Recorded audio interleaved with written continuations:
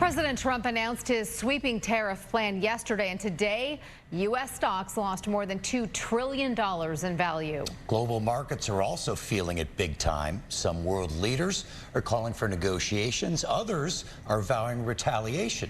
Fox's Alexandria Hoff has the latest.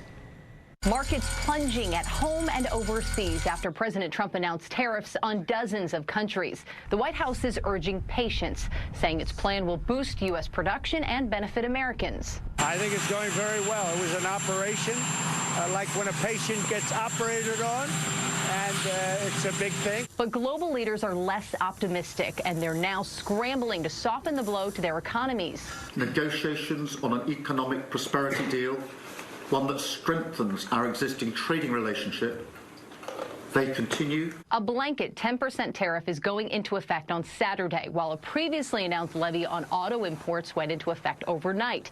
Canada's Prime Minister says his country will copy that approach and impose a 25% tariff on all vehicles imported from the U.S. The President's actions will reverberate here in Canada and across the world. And on Capitol Hill, there's now a bipartisan effort to rein in President Trump's tariffs. Senators Chuck Grassley and Maria Cantwell have introduced a bill that would require the president to explain the reasoning and impacts of any new tariffs to Congress within 48 hours of going into effect. We think Congress should reassert its role and have those policies come before Congress for review and approval.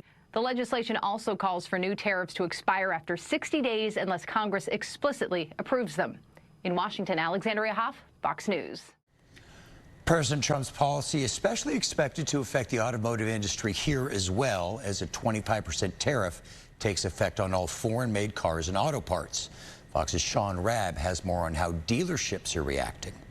Let's talk about the tariff. Certainly it's going to have some effect on what is a big driver of our economy, the car business. It is going to have an effect, but there's going to be some goods, pros and cons. Some products from every car company will be impacted because even cars made by the big three aren't made with all American parts. So only about 40% of each manufacturer's automobiles are going to be affected.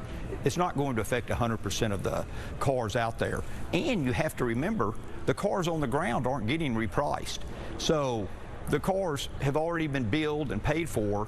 They're not going to get the tariff on them. And manufacturers, Cooley says, are coming up with ways to help consumers. Nissan lowered the MSRPs on their top-selling cars by $1,000. Ford came out with employee pricing for everybody, which is a great deal. So they're looking to gain market share. Kia has said they're going to gain market share. Hyundai's going to gain market share. So a lot of the guys are going to gain market share here. But Stellantis, which makes Jeep, Chrysler, and Dodge products, reacting to the tariffs differently, temporarily taking some plants in Canada and Mexico offline, laying off 900 workers at U.S. plants. Volkswagen said they're not going to bring some cars in, for 30 days and see what happens, because we don't really know how long it's going to last or what's going to happen. So everybody is sort of slowing down on the production because we have 60 days worth of cars on the ground. You seem very optimistic. Is there anything that worries you about this process right now? I think it's going to be a great opportunity for the next 90, 120 days. And if the tariffs stay on for, longer than that, there could be some issues, but we're not sure if they're going to stick or not.